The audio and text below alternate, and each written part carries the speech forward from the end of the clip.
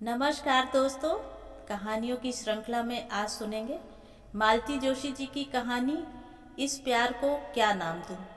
लेकिन उससे पहले मेरा आपसे विनम्र अनुरोध है कि अगर आपको मेरी कहानियाँ अच्छी लगती हैं तो मेरे चैनल को सब्सक्राइब ज़रूर करें, लाइक करें, अपने दोस्तों और परिचितों में शेयर करें, बेल आइकन दबाना बिल्कुल भी ना भूलें।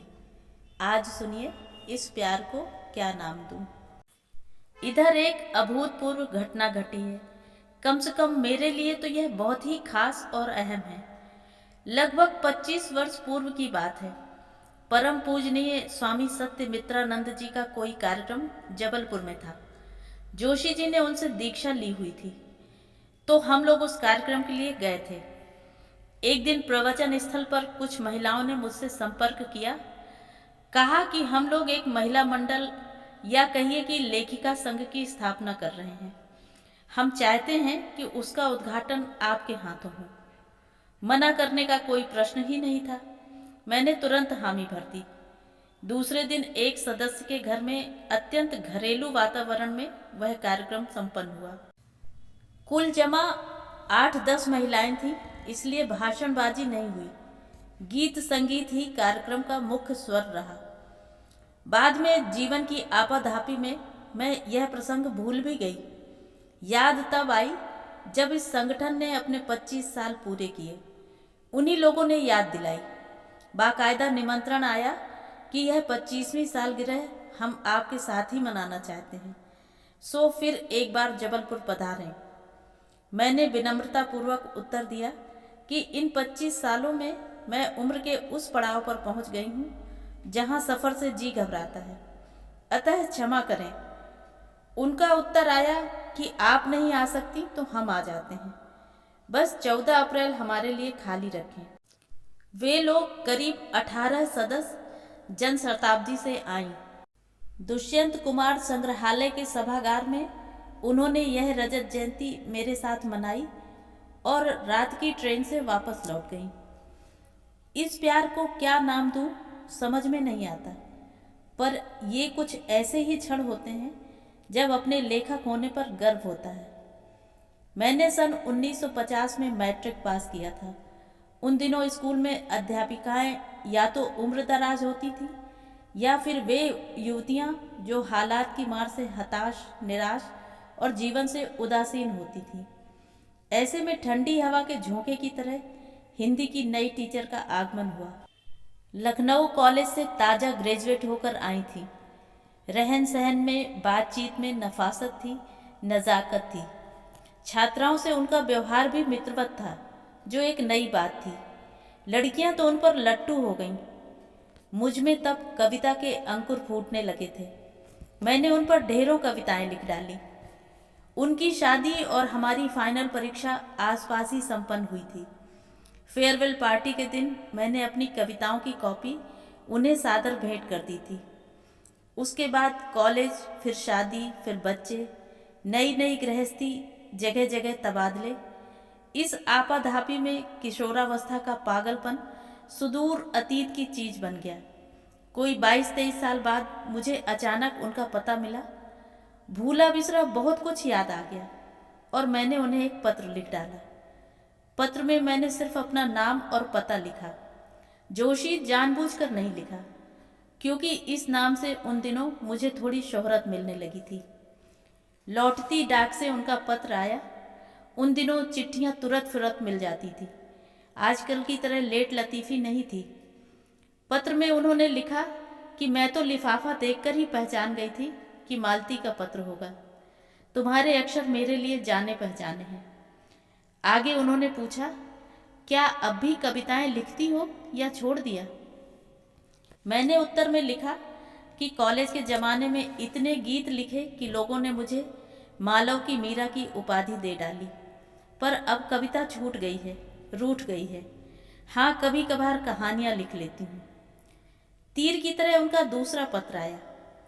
कहीं तुम मेरी प्रिय लेखिका मालती जोशी तो नहीं हो?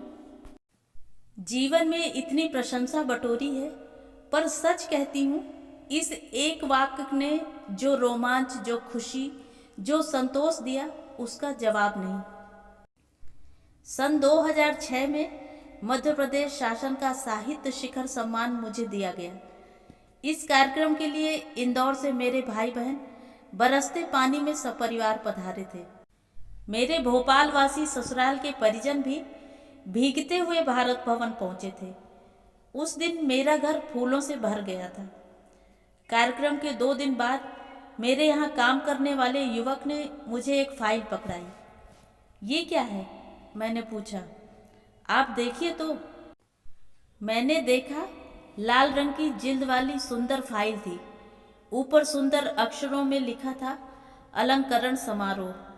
फाइल खोलकर देखी तो मैं दंग रह गई। उसमें भोपाल से निकलने वाले सारे अखबारों की कतरनें थीं। अंग्रेजी अखबार भी नहीं छूटे थे। उन कतरनों में मेरे बारे में जहाँ जहाँ जो जो इन दिनों छपा था, सब करीने से फाइल किया हुआ था। मेरे इंटरव्यूज, सम्मान समारोह की रिपोर्ट, दूसरे दिन की कथा गोष्ठी का विवरण, सब कुछ उसमें था। महज 8वीं 9वीं पास उस व्यक्ति ने कितनी मेहनत, कितनी लगन से यह सामग्री जुटाई थी, सोचकर आश्चर्य हो रहा था। वह फाइल आज भी एक अमूल्य धरोहर के रूप में मेरे पास सुरक्षित है। इसी शिखर सम्मान से जुड़ी एक और घटना। मेरी भतीजी का फोन आया कि कल आप सब लोग भोजन पर आमंत्रित हैं। किस खुशी में? मैंने पूछा। उसने कहा, आपके सम्मान की खुशी में। मैंने उस बात को बहुत सीरियसली नहीं लिया। मैं जानती हूँ कि यह मेरी भतीजी अपने स्वर्गीय चाचा जी की तरह उत्सव धर्मी है। लोगों को बुलाकर खाना खिलाने का बहाना ढूंढती रहती है। दूसरे दिन सहज भाव से हम खाना खाने पहुंचे तो दरवाजे पर ही अभिनंदन समारोह के बैनर ने हमारा स्वागत किया। भीतर जाकर देखा तो दीवान को बाकायदा स्टेज का रूप दिया गया था और दीवार पर भी एक बैनर था। कमरे में ससुराल का पूरा कुनबा मौजूद था। सबके हाथ में गुलदस्ते थे। सबने मुझे गुलदस्ता भेंट किया, जिससे जो बन पड़ा उसने छोटा सा वक्तव्य भी दिया। मेरी जेठानी जी ने भी माला पहनाकर मुझे आशीर्वाद दिया। बाद में जोशी परिवार की ओर से एक मानपत्र भी भेंट किया गया। यह सब देखकर मैं तो इतनी अभिभूत हो गई थी कि धन्यवाद के 2 शब्द कहना, कृतज्ञता ज्ञापित करना मेरे लिए कठिन हो गया। सौभाग्य से मेरा बड़ा बेटा उन दिनों भोपाल आया हुआ था। उसने इन दुर्लभ क्षणों को कैमरे में कैद कर लिया और बाद में एक सुंदर सा एल्बम बनाकर मुझे भेजा। भारत भवन में मान्यवरों की उपस्थिति में मुख्यमंत्री जी ने मुझे यह सम्मान प्रदान किया था। वे क्षण सचमुच अविस्मरणीय और गौरवशाली थे। पर उससे भी ज़्यादा महत्वपूर्ण, अविस्मरणीय यह घरेलू सम्मान समारोह था जो मेरे अपनों ने आयोजित किया था। इन लोगों को साहित्य से नहीं, केवल मुझसे सरोकार था और मेरे गौरव से वे गौरवान्वित हो रहे थे। कभी कभी जीवन में ऐसे सुखद आश्चर्य घटित होते हैं कि हम देर तक उस रस में डूबे रहते हैं। मुंबई प्रवास में एक बार मुझे एक हिंदी संस्थान से बुलावा आया। कहा गया कि मानदेय तो हम नहीं देंगे, पर हाँ, लाने ले जाने की व्यवस्था कर सकते हैं। मुंबई में अगर वाहन व्यवस्था हो जाए तो वह किसी भी मानदेय से ज़्यादा श्रेष्ठकर है, खासकर अगर पवई से चौपाटी जाना हो तो। मैंने सहर्ष हामी भर दी। नियत समय पर गाड़ी आई। ड्राइवर ने फ़ोन किया कि मैं आ गया हूँ, आप तैयार हो जाएं तो बिल्डिंग से नीचे आ जाएं। फ़ोन रखते हुए मुझे याद आया कि ड्राइवर मराठी में बोल रहा था। आश्चर्य हुआ, क्या मुंबई में मराठीवाद इतना प्रबल हो गया है कि हिंदी संस्थान का ड्राइवर भी हिंदी में बात नहीं करना चाहता। पवई से चौपाटी तक का रास्ता काफ़ी लंबा था। रास्ते में बातें होती रहीं मराठी में ही। आखिर मैंने पूछ ही लिया, आप तो एकदम मराठी में ही शुरू हो गए। आपने कैसे जाना कि मैं मराठी हूँ? जोशी तो पहाड़ी भी होते हैं, गुजराती भी होते हैं, राजस्थानी और मालवी भी होते हैं। उसने कहा, आज आपका कार्यक्रम था, इसलिए कई लोगों ने लाइब्रेरी से आपकी पुस्तकें निकलवाई थी। मैंने भी एक ले ली थी। उसमें आपके परिचय में लिखा था कि आपका जन्म महाराष्ट्रियन परिवार में हुआ है। मैंने किसी ड्राइवर से इस उत्तर की अपेक्षा नहीं की थी। अपनी सोच पर मैं खुद ही शर्मिंदा थी।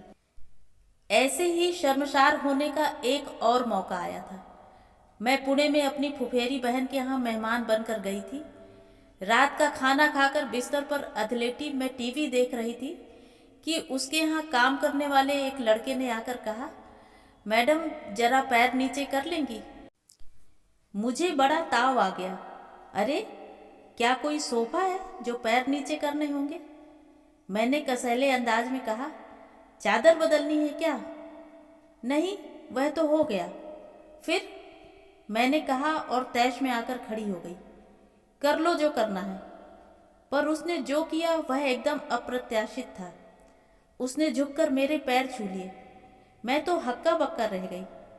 फिर उसी ने बताया कि मम्मी जी के पास आपकी जितनी किताबें हैं सब मैंने पढ़ी हैं, मुझे बहुत अच्छी लगी। किताबों में आपकी जो तस्वीर है मैं पहचान तो गया था, पर प्रणाम करने के लिए मम्मी जी से पूछ लिया। सोचा इतनी बड़ी हस्ती घर में आई हैं तो प्रणाम तो करना ही चाहिए। पर लेटे हुए व्यक्ति को प्रणाम नहीं करते ना, अशुभ होता है। कितनी देर तक मैं अपनी शर्म से उबर नहीं पाई थी। मुंबई प्रवास में एक दिन बेटे ने एक सुखद धक्का दिया। मेरी एक फ्रेंड आपसे बहुत नाराज है। कौन सी फ्रेंड? क्या मैं उसे जानती हूँ?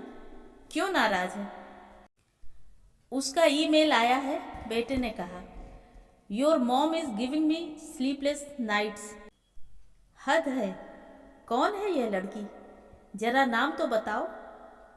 आपकी जान में स्लीपलेस नाइट्स तो मैंने अपने बहुओं को नहीं दी, इसे क्या दूंगी? वह लिखती है, बेटे ने कहा, I had been to a book fair, I have bought all her books, and since that day I have no peace no sleep. तारीफ करने का कैसा अनोखा ढंग है। मुझे सचमुच खुशी हुई कि प्रौद्योगिक क्षेत्र में काम करने वाली एक महिला मेरी पुस्तकें खरीदती है, पढ़ती है और पसंद भी करती है। कभी कभी प्रशंसा से घबराहट होने लगती है। इसका भी दारुण अनुभव मैंने किया है। सन 60-62 की बात है। उन दिनों इनकी पोस्टिंग एक देहात में थी। मेरे साहित्यिक जीवन में उस समय अकाल पर्व चल रहा था। कविता कामनी तो रूठ ही गई थी, गद्य भी लड़खड़ाता चल रहा था। 10 रचनाएं भेजती थी तो 8 सधन्यवाद वापस आ जाती थी। बड़े बुरे दिन थे। उन दिनों यह आम प्रथा थी कि डाकिया सारी डाक दफ्तर में ही दे जाता था। वहीं से लोग घरेलू डाक अपने साथ घर ले आते थे। मैं जिस व्यग्रता से पति की प्रतीक्षा करती थी, उसके मूल में ये पत्र भी होते थे। बाहर की दुनिया से जुड़ने का वही तो एक साधन था। ये जब टूर पर होते थे, चपरासी घर घर डाक दे जाता था। एक दिन देखती क्या हूँ कि इनकी गैर मौजूदगी में बड़े बाबू खुद डाक लेकर चले आ रहे हैं।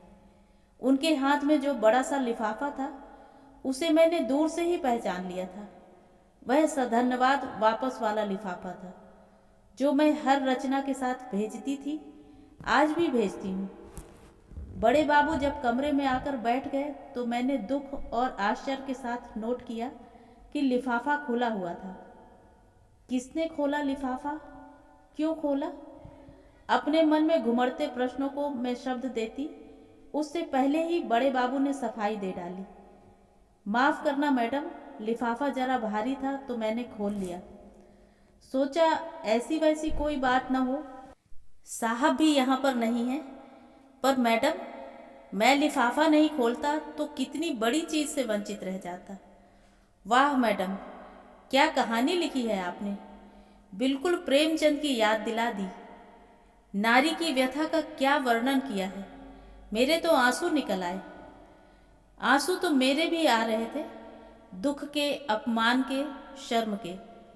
मन तो हो रहा था कि वह लिफाफा छीन लूं, पर असहाय भाव से बैठी उनका प्रलाप सुनती रही। उनके जाने के बाद ही मैंने खुलकर सांस ली। उसके बाद तो यह जैसे नियम हो गया कि जब भी मेरी कोई कहानी लौटती, ये सज्जन उसे लेकर हाजिर हो जाते और मेरी तारीफ में कसीदे पढ़ने लगते। उन्होंने मुझे कब से प्रेमचंद के समकक्ष बिठा दिया था। शायद दूसरे किसी लेखक का नाम उन्हें पता भी नहीं था। आखिर जब मेरी सहन शक्ति ने जवाब दे दिया तो मैंने इनसे शिकायत की। ये हंसकर बोले, सुनो, वह गांव का सीधा साधा निरीह प्राणी है। उसे इस बात का जरा भी इल्म नहीं है कि ये तुम्हारी लौटी हुई कहानियां हैं। उसे असलियत बताने जाओगी तो अपनी ही हंसी करवाओगी। वह शख्स इस समय तुम्हारी प्रतिभा से अभिभूत है, उसका भ्रम बना रहने दो।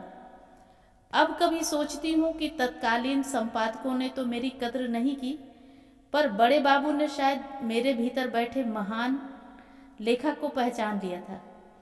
ईश्वर उनकी आत्मा को शांति दे। तो ये थी कहानी। कहानी आपको कैसी लगी कमेंट करके ज़रूर बताएं।